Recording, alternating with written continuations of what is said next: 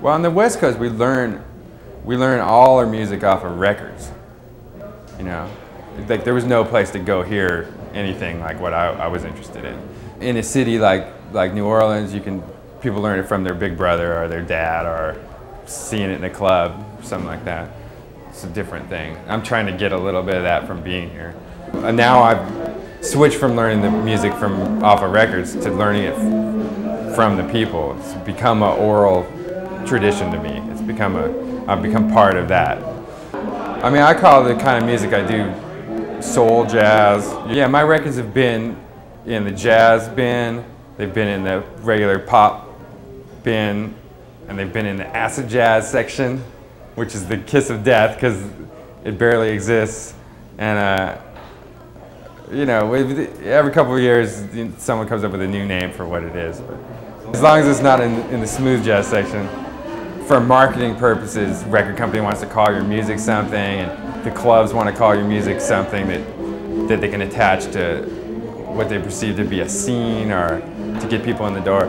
And I personally, as long as people are coming to my shows, I'm all right. They can call it whatever they want. I mean, personally, I'm trying to not think about what kind of music I'm playing at all. Not think about this is this genre, that genre.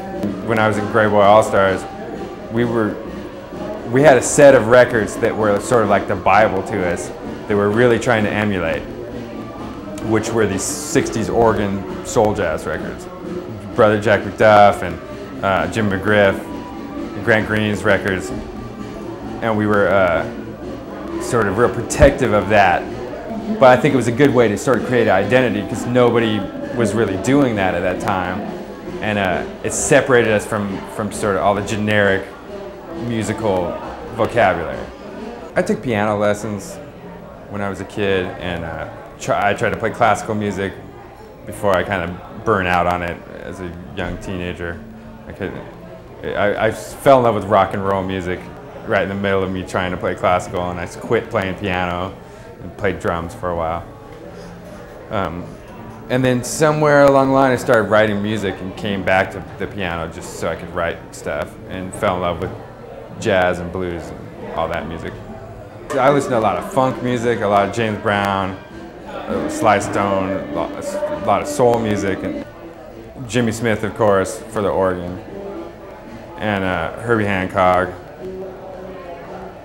And then a lot of soul people, Curtis Mayfield, Marvin Gaye. I like a lot of sort of pre-50s American music, old blues records, and Art Tatum and Fats Waller and stuff like that.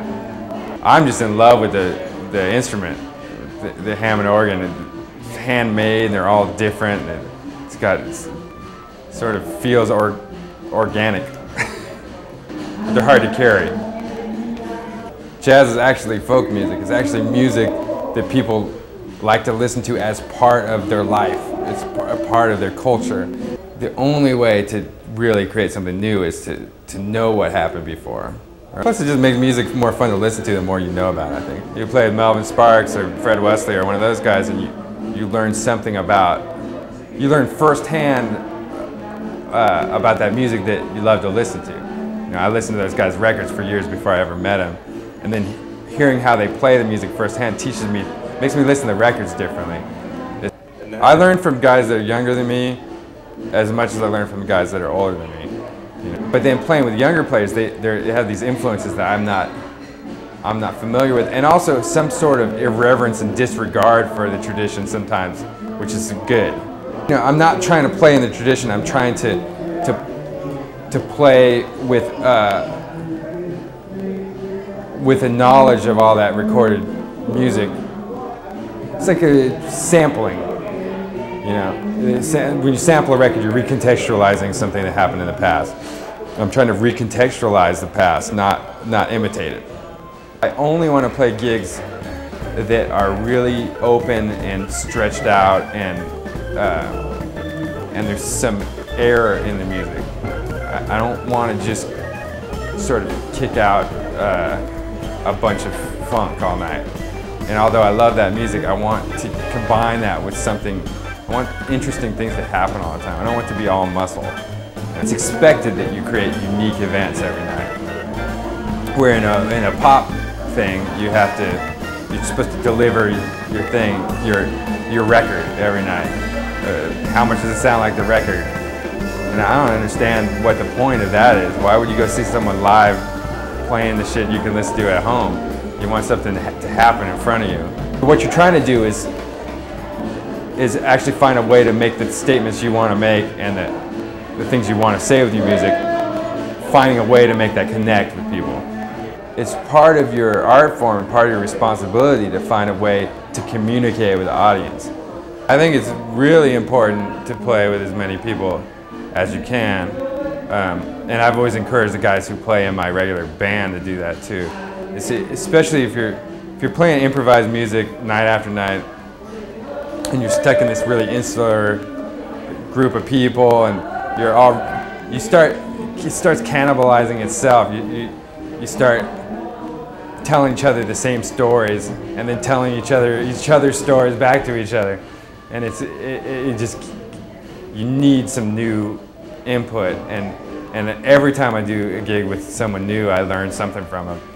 On stage, I'm really trying to engage the people around me and have some kind of intimacy with them. That's the goal always, is on stage to constantly be surprising each other. It forces the band to listen to each other. Same as when you have a conversation with somebody. You have some of those friends that tell the same story every time you see them, and eventually you stop listening. Jazz musicians have to stop feeling like the world owes them something.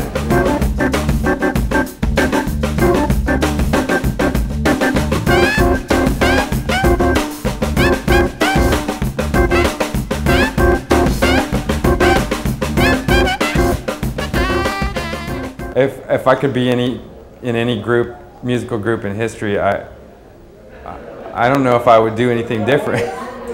First record I ever bought was the Beatles' Sgt. Pepper's record. The first concert I ever saw was Rush at the San Diego Sports Arena. Yeah, that's the guilty secret in every musician of my age's closet, is the Rush. I don't like to go outside. I don't like sports. Just music. I don't have very many interests beyond music, and I spend most of my time either playing it or obsessing about it in some kind of way. I also like to cook.